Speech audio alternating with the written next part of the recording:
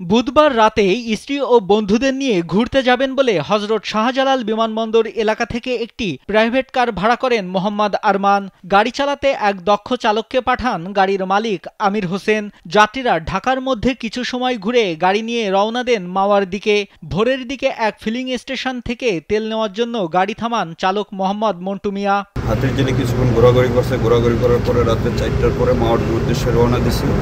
মাওয়ার উদ্দেশ্যে রওনা দিয়ে আসা মাওয়াতে ঘোরাঘুরি করার পরে আমার ড্রাইভার সাহেব উনি গেছে পাম্পে ওয়াশরুমে গাড়ি রেখে, ওরা গাড়ি অফ করে চাবি নিয়ে যাবে বলেছে। পরে বললো যে আপনি একটু এসিটা ছেড়ে দিয়ে যান, এই কথা বললে চাবি রেখে ড্রাইভার ওয়াশরুমে গেছে।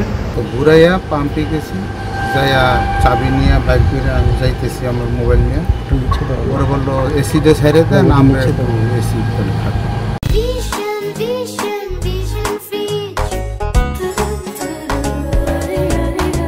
সে সময় গাড়ি থেকে সব যাত্রীও নামেন ফিলিং স্টেশনে। গাড়ির তেল নেওয়ার পর ওয়াশরুমের দিকে যাচ্ছিলেন গাড়ির চালক। সে সময় আরমানের বন্ধু মোহাম্মদ তানজিল মন্টু মিয়াকে বলেন গাড়ির চাবি দেন, ভেতরে এসি ছেড়ে রেস্ট নিব। তারপর চালক ওয়াশরুমে যান, ফিরে এসে দেখেন যাত্রীসহ গাড়ি নেই। ওরা বললো এসিটা ছেড়ে দেন, আমরা এসি করে থাকি। আমি পার্কিং করে এসি সাইডে বাথরুমে গেছি, আইসা দেখি আমার গাড়ি নাই। সঙ্গে সঙ্গে গাড়ির মালিককে বিষয়টি জানান মন্টু মিয়া। গাড়ির মালিক খোঁজ নেন, দ্রুত নম্বর জোগাড় করে ফোন দেন তানজিলের ভাই মেহেদি হাসানের কাছে। তাকে জানান জিপিএস ট্র্যাকারের মাধ্যমে দেখেছেন চালককে ফাঁকি দিয়ে বেপরোয়া গতিতে গাড়ি চালাচ্ছেন তানজিল। 5টা বা 5:30টার দিকে গাড়ির মালিক আমাকে ফোন দিছে। ফোন দিয়ে বললো যে তানজিল কোথায় আছে আপনি জানেন? না, তানজিল তো আমার গাড়ি নিয়ে বেরিয়েছে ভাই, আমার ড্রাইভার রাইখা ও গাড়ি নিয়ে চলে আসছে। অনভিজ্ঞ তানজিল কিছু দূর যেতেই নিয়ন্ত্রণ হারিয়ে সড়ক বিভাজনে সজোরে ধাক্কা মারে, এতে উল্টে যায় গাড়ি। ঘটনাস্থলেই নিহত হন আরমান ও তানজিল। এ খবর মেহেদিকে ফোন করে জানান গাড়ির মালিক। গাড়ির মালিক ফোন দিয়ে বলতেছে ভাই আমি শেষ, গাড়ি শেষ, তানজিল শেষ। কি হয়েছে? আমার গাড়ি অ্যাক্সিডেন্ট করে ওরা মারা গেছে। দুর্ঘটনায় গুরুতর আহত হয় আরমানের স্ত্রী রাইসা ও আরেক বন্ধু রবিন। খবর পেয়ে শ্রীনগর ফায়ার সার্ভিস কর্মীরা এসে দ্রুত তাদের উদ্ধার করে উপজেলা স্বাস্থ্য কমপ্লেক্সে নিয়ে গেলে জরুরি বিভাগের দায়িত্বরত চিকিৎসক রাইসাকে মৃত ঘোষণা করেন। অপরজনকে চিকিৎসা দেয়া হচ্ছে। দুইজনকে প্রাইভেট কারের নিচ থেকে উদ্ধার করে এবং ঘটনাস্থলে দুইজনকে মৃত অবস্থায় পাওয়া যায়। পরে হসপিটালে নেওয়ার পরে কর্তব্যরত চিকিৎসক একজন নারীকে মৃত ঘোষণা করে।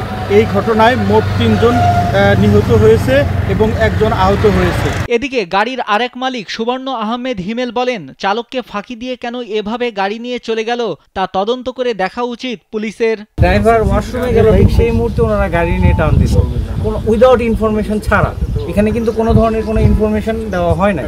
তো আমার যেটা মনে হয় যে অবশ্যই এখানে কোনো না কোনো একটা পরিকল্পনা থাকতে পারে, কারণ এটা অবশ্যই তদন্তের মাধ্যমে উঠে আসবে আসলে তাদের ব্যাপারটা কেমন ছিল। বৃহস্পতিবার ভোরে মুন্সিগঞ্জের শ্রীনগরের ঢাকা মাওয়া এক্সপ্রেসওয়েতে দুর্ঘটনাটি ঘটে।